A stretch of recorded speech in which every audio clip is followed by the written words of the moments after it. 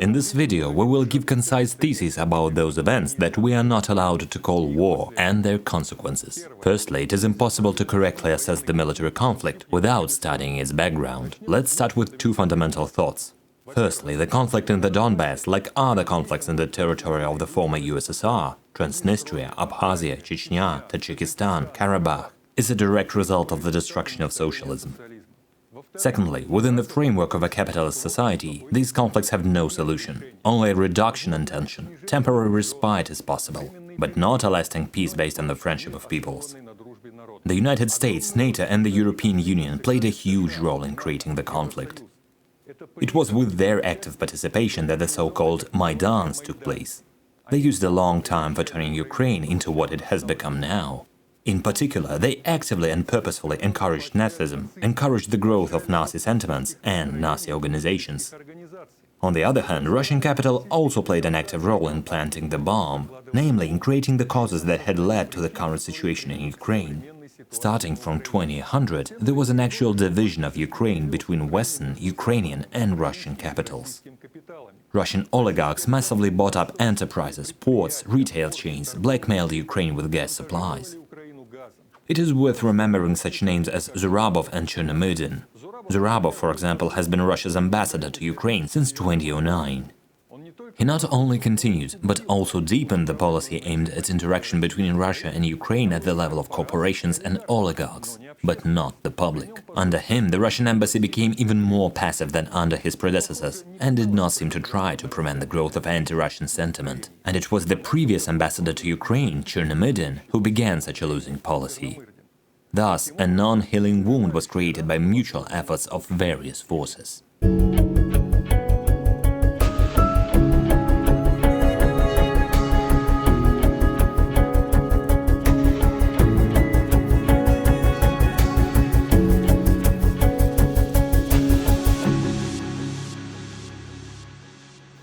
Firstly, the Russian government propaganda insists that the special operation was launched in order to save the population of Donbass from constant shelling. Let's agree with this point of view and try to understand if there were any alternatives. Even 8 years ago, the Russian Federation had options to solve the problem quickly and effectively. For example, Russia could do the same with the Donbass as it did with the Crimea, instead of forming people's republics, to annex these territories. Another option was to recognize the republics immediately and to deploy a military contingent there, which would give asymmetric responses to every Ukrainian shelling. Finally, the example of Transnistria comes to mind. The stationing of one Russian army regiment, without any diplomatic recognition, put an end to the hot phase of the conflict. But none of this was done. Secondly, it should be noted that if the Russian Federation really wanted to denazify Ukraine, then the issue with the pro-Nazi regime could most effectively be resolved in 2014. At that time, there was a powerful popular uprising against Nazism in eastern Ukraine, and the central government of Ukraine was unstable. The problem for the Russian bourgeoisie in 2014 was that the wrong people under the wrong flags went to fight against fascism. The rapid growth in the popularity of the ideas of socialism and Soviet patriotism, the abundance of red flags in the Donbass, the presence of well-respected and pro-people field commanders, all this was dangerous for Moscow no less than for Kiev. The situation could get out of control and bring people to power in the Donbass, which in turn would evoke sympathy from Russian citizens, would remind them that it is possible to live in Russia without oligarchs.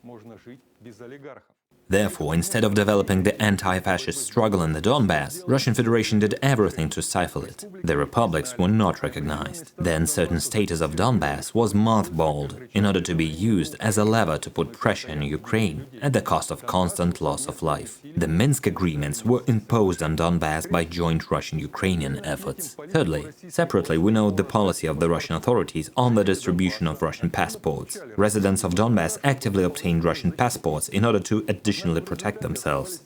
But as a result, they just remained the same party to the conflict as the local holders of Ukrainian passports. But the presence of a large number of Russian citizens in the Donbass created a legal hook for further intervention. Thus, the blame for the constant death of the inhabitants of Donbass for 8 years lies not only with the Ukrainian, but also with Russian regime. Now a few words about what the Donbass was like on the 24th of February of this year. Firstly, the popular movement in the Donbass was already suppressed. The most authoritative field commanders who advocated a consistent fight against Bandera followers were killed. The most striking example was the commander of the battalion Ghost, Alexei Mozgovoy. Some of these commanders were in favor of truly people's power, so their elimination was beneficial to both sides, both Russian and Ukrainian. Secondly, about people's republics. These state formations have already long been neither popular nor republics. And the citizens of the DPR and LPR themselves were convinced that the people's republics are puppet state formations, exercising the dictatorship of the local and Russian bourgeoisie. For example, in the DPR, back in November 2014, the opposition Communist Party was simply not allowed to participate in elections. And in the LPR, political parties were generally banned with a reference to martial law. Thus, the people of Donbass have long turned from a subject with an independent will into an object of manipulation. Thirdly, it is true that without the help of the Russian Federation, the Ukrainian Nazis would have entered the Donbass and massacred the local people. However, another thing is also true. Russian aid to the Donbass was provided just about enough to maintain the status quo and leave the Donbass to bleed. Donbass was not given the opportunity to join Russia. Russia did not recognize the republics.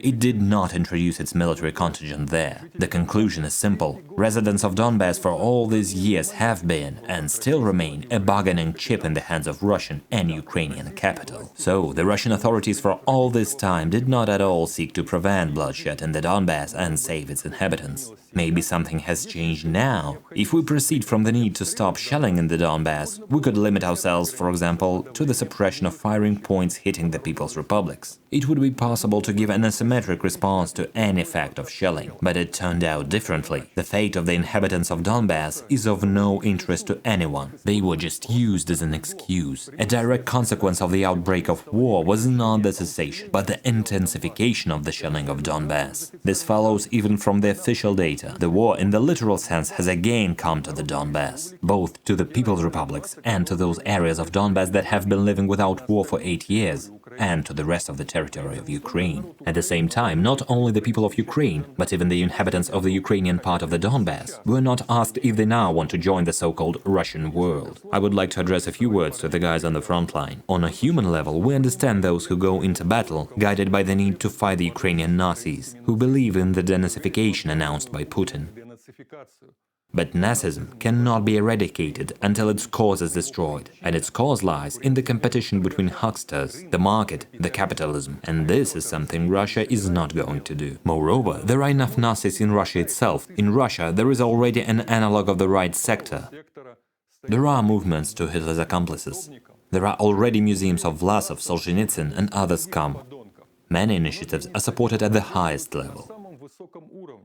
For example, in 2016, a memorial plaque was opened in St. Petersburg to Mannerheim, Hitler's ally and one of the active participants in the blockade of Leningrad. It was opened by Vladimir Medinsky, at that time the Minister of Culture of Russia. And now he's the head of the delegation at the negotiations with Ukraine. Since 2007, in the village of Yelanskaya, Rostov region, there has been a 4-meter-tall monument to General Pyotr Krasnov, who, as we know, voluntarily transferred to the service of the Nazis during the Second World War. In the 2017, school number 4 in Stavropol was named after the writer Ilya Surgachev. During the Second World War, while living in Europe, he actively wrote to the Berlin newspaper Novaya Slovo and French Paris Gazette, published by the Nazis. It's clear what it means, and there are many such examples. Russia itself needs denazification, but the authorities and the oligarchs are not at all interested in this. Therefore, in the end, if Banderaism is overthrown with the bayonets of Russian soldiers, then it will be replaced by Vlasovism. Ukrainian Nazism will give way not to the friendship of peoples, but to the so-called Russian world, to which Ukrainians will be dragged by force. This will pave the way for a new war in the future. Now to the conclusions. Firstly, there is no right side in this conflict. This is a battle between two anti-people regimes, and ordinary people are just cannon fodder. Secondly, both of these regimes are similar to each other in their hatred for our common motherland, the Soviet Union. They compete with each other in their chauvinism, in anti-communism. Recall that Putin promised Ukraine to show a real decommunization. The only difference is that some have already knocked down monuments to Lenin, while others are just about to start doing it. Мы готовы показать вам, что значит для Украины настоящая декоммунизация. Thirdly, nothing that happens will solve the problem. Regardless of the outcome, the blood will continue to flow. Even in the event of a victory of the Russian Federation, Donbass threatens to forever remain an unstable territory, constantly bearing the threat of a new war with the West. The problem of Donbass is unsolvable in principle under current conditions. As long as capital rules, the desire to preserve and to increase profits will always push for war. Fourthly, the inevitable burdens of war will be shifted onto the shoulders of the working people. Actually, this is already happening. Prices for food, medicines and equipment have doubled in some places, or are even higher. Many imported vital medicines are no longer available in any pharmacy. For some medicines, there are Russian analogues, but they are not always of high quality and are also scarce. And the war is already being used to tighten the screws. Thus, the Prosecutor General's office of the Russian Federation stated that some extremist organizations are calling on Russians to participate in anti-war rallies. Those who join such actions may face criminal punishment under the article on extremism. The State Duma Committee on Legislation approved an amendment to introduce criminal liability for fakes about the Russian army. For the dissemination of information that is different from the official data of the Ministry of Defense, a term of up to 15 years in prison will be threatened. And the Kremlin propagandists are shouting with might and main that it is necessary to deal with the fifth column, that is, not just with the real fifth column, but also with everyone who is not so enthusiastic about the policy of the ruling circles. If you do not like what is happening in the country, then you are a traitor. Thus, under the slogans of fighting fascism, Russia itself is gradually moving towards a direct terrorist dictatorship of big business. A few words about the state of our country and its readiness for sanctions. Russia faced the same tough pressure as the Soviet Union once did. But Russia is not the Soviet Union. First, the country's budget is filled by more than a third through the export of oil and gas. It was mainly the extractive sector that developed, and not the science-intensive production sector. Second, problems of import substitution. Modern machine tools, medicines, microcircuits, high-tech equipment. For the most part, the Russian industry is no longer able to manufacture all this. Even the Russian MS-21 aircraft cannot be put into serial production due to the lack of foreign materials and spare parts.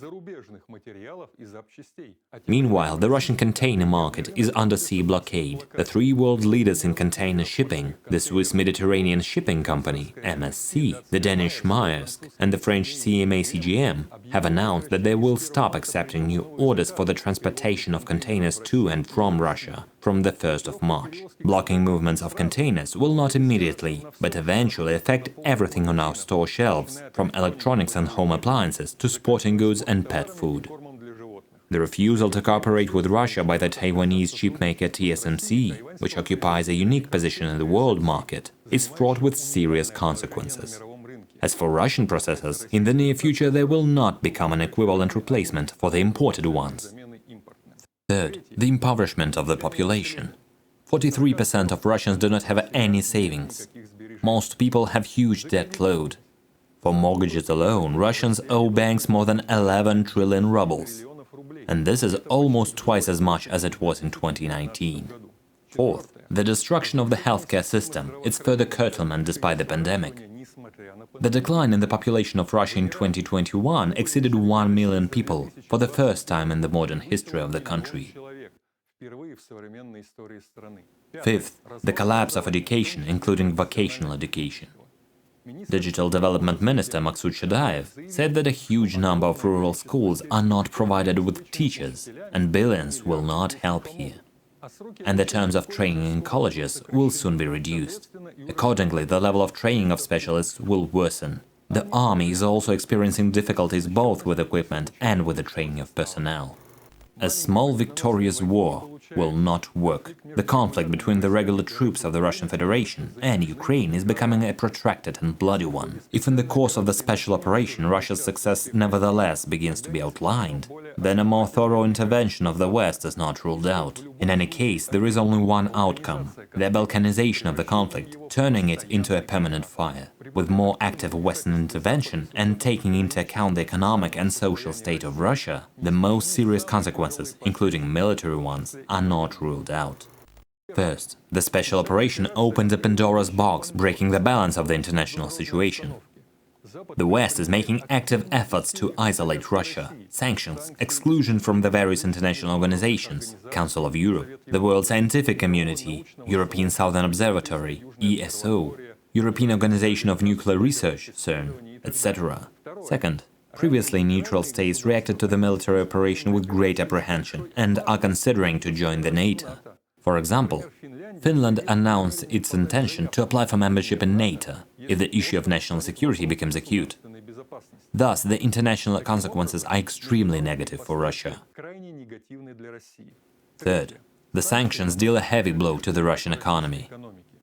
Dependence on foreign components is almost everywhere. For example, 80% of packaging on the Russian dairy market is from Tetra Pak. And if the Swedish company Tetra Pak leaves the Russian market, then the entire dairy industry will experience huge difficulties, because there is no alternative to this effective packaging on our market. Can Tetra Pak be replaced? It can, pouring milk into glass bottles, for example. But the cost of one bottle is 20–30 rubles, and Tetra Pak is just 5 rubles. Besides, it will take months to launch new production lines. But it is typical that Russian gas continues to flow uninterruptedly to Europe, moreover through Ukraine, although there are disputes about in which currency to pay. A war is a war, but our lunch is on schedule. First, sanctions will cause a long-term and severe deterioration in the well-being of the population. Massive ruin of citizens, especially those who are indebted, is possible. This will cause a surge of social tension. Second, according to a number of indirect signs, the special operation is being delayed. Losses of equipment and personnel are growing. It can be assumed that the Russian authorities will be forced to announce additional mobilization. And this, in turn, can cause a strong increase in the discontent of Russians, whose brothers, husbands and sons will be sent to another country to fight for incomprehensibly expressed goals and interests. It can be assumed that the government has already prepared in advance for the violent suppression of possible protests. Back in 2019, the Russian Guard ordered an extensive arsenal of weapons, from sniper rifles to aircraft missiles. Against whom are these weapons intended to be used? The question is a rhetorical one. First, the information war and the fear of social explosion are pushing the Russian Federation to the forced strangulation of civil rights and freedoms. Public events are already de facto banned. For their implementation, even parliament members are held accountable, not to mention ordinary citizens. Even now, dissent is being suppressed according to the law by law enforcement agencies. It is possible that semi-fascist formations, created with the tacit consent or even support of the authorities, will do the same. Thus, the possibility of legal protection of our rights and our views will be narrowed even more. Second, public actions of the liberal opposition are possible. A so-called mink coat riot, that is, relatively well-to-do people, whose earnings, lifestyle, leisure are closely connected with foreign countries. This protest, in its goals and motives, has very little to do with the real needs of the majority of the country's population. Third, political mobilization of ultra-right, monarchist and other extremely reactionary forces is expected. This mobilization will be aimed at intimidating the workers and helping the authorities to suppress possible workers' protests. In other words, the special operation, regardless of its outcome, accelerated the process of fascistization in Russia itself. The main contradiction of the moment, from the point of view of the development of the class struggle, is the glaring gulf between the needs of this struggle and the available forces, their quality and quantity. Now, when a turning point is coming and a revolutionary situation may arise, its subjective factor seems to be completely unprepared, and there are no prerequisites for its formation. The study of the reasons for this situation is beyond the scope of this thesis. One can only know the development of means of manipulating consciousness, which led to atomization of the population. People can live and work together for years and still not know or be interested in each other. This is what is needed for the authorities. When we are not united, we are easy to manage. As a result, there is almost no organized labor struggle. Alternative trade unions are partly already inscribed in the vertical of power, while at the same time any active trade union cells are subject to repression and often break up. Basically, the working people are a mechanical sum of people who have no practical experience in upholding even their elementary rights. The key to everything is solidarity. Now, more than ever, it is important for everyone to prepare to defend their rights. Prices rose, the ruble depreciated, we lost a number of goods and services. Under these conditions, employees and the authorities are tempted to shift all the hardships of the crisis onto ordinary people, to force them to work more, to reduce wages, to make savings on working conditions. All this will be done under a patriotic source. We are in the same boat, we need to tighten our belts and all that. But it's not us who started this mess. We're not to blame for the crisis. All the blame for the situation that has arisen lies with the rulers, who flirted for years with the Western partners. It is now that the turning point is coming, either to jointly defend our right to a decent life, or to come to terms with the enormous deterioration of the living conditions. Yes, we are well aware that a radical social reorganization is possible only through political struggle. But it is impossible to jump over steps.